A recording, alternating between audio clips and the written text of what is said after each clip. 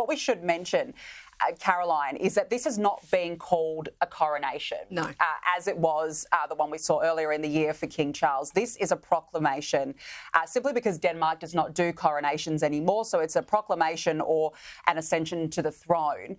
And while it is probably a bit more of a laid-back affair to what we saw at the pomp and ceremony in Britain, this is the Danes' way of doing things. Yeah, absolutely it is. And they've also had a lot less time to organise, obviously, compared to the British version, which we saw earlier last year.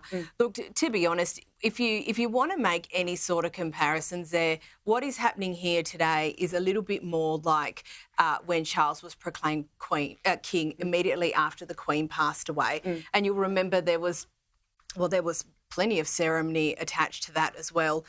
There was the proclamation, there was that meeting in front of all the Privy Council, and so it's not dissimilar in that sense. They'll be having the Danish State Council there today. So that there's probably the closer comparison than the coronation itself, which was obviously months of planning. But even though, like, when you look at these photos here, they haven't had much time, but just to get that regiment all organised just simply to do this sort of, parade to the palace. Like, I imagine that everyone has been working around the clock since that abdication, or the announcement of the abdication, just to get this done. I mean, the British Queen passed away in September 22, and they didn't have the coronation until May 23. No. So they had plenty of time to get that all sorted.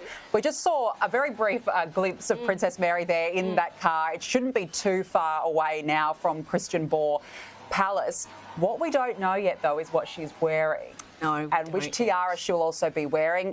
There have been some suggestions that part of her dress will be a bit of a nod to her heritage in Australia, her Tasmanian roots.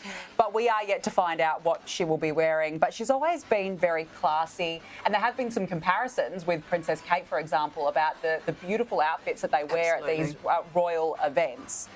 But as we can see there, the car is making its way now into Christiansborg Palace. So it looks like it has actually arrived. We are expecting that Queen Margrethe will also arrive about the same time for that official succession to take place, and that's expected to happen in the next hour or so, and hopefully we might get a glimpse of them as they step out of that car. But look, this is a big moment as well for Prince Frederik, because he really has the weight of Denmark on his shoulders. A lot of people have watched him grow up. They've seen him from a boy to a teenager to a party prince, and now taking on the role as the senior monarch of Denmark. Absolutely, and perhaps not a role that he was always necessarily comfortable with. I think in his younger years, he was definitely a little bit unsure about, well, he knew that was going to be his destiny. He knew he was going to become king. I'm not quite sure how comfortable he was with it, though. But yeah, absolutely, this is what he was born to do. And I suppose even though you may know over the course of your life that this is going to happen, I mean, as was reported just last week, he was only given 3 days' notice by the Queen that she was going to abdicate. So, yeah, okay, you know that's going to happen eventually, but then all of a sudden it's front of mind when you may not have thought it was going to be. No, absolutely. Let's listen in now to a bit of the atmosphere that's building in Copenhagen.